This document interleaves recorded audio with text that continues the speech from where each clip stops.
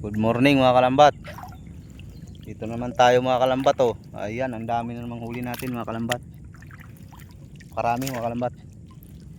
Sinasabi na isdang aruyo ng Bukawi. Mura lang ang bintahan dito mga kalambat, 50 lang. Mahigit halos 1 kilo kalahati. Ayan oh. 50 pesos. Mahirap kasi pag di ka naghubad dito, napakaraming suso. Karami mga kalambat oh. Iyan mga kalambat, pakarami. Oh. Wala talaga. Oh. Pinilipit yung lambat eh.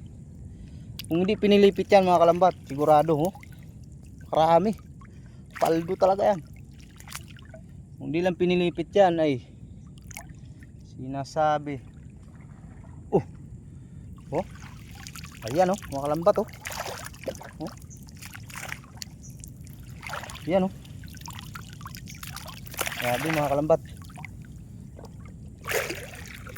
Doble-doble na yung ano namin dito mga kalambat. So ganun pa rin. Doble-doble na yung lambat na sinalang namin. Yung tagos huli. Parami talaga mga kalambat dito. Maya-maya darating na rin yung kasama naming dalawa, yung kukuha ng isda, saka si Kuya Angel Nuts. Yun oh. Oh. Ayun mga kalambat, maraming salamat, kami magtatanggal na. Uy, parang may nakita ko rin. Kanina ka pa ba nang huli ng isda dyan? Ha? Ba, di ka nagpaalam sa akin ah. Ha? Kaya pala akala ko may anong pumapasag-pasag dyan eh. Ikaw pala nangunguha ng ano, isda ko. Ha? Ba, marami ka nang nahuli? Sabi na. Tingnan ang huli mo. Bah, may iniwanan ka pa dun oh. Oh. Di ka pa ata galing dun ah. Ay, kaya pala. Unahin mo na lang dun oh. Dun sa dulo.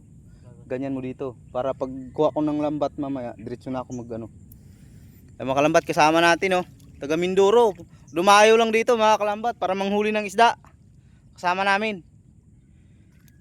Taga saan ba yun? Sa Mindoro. Mindoro no? Oh, taga Mindoro. Dumayo lang dito, manghuli lang ng isda. Ganyan karami isda dito.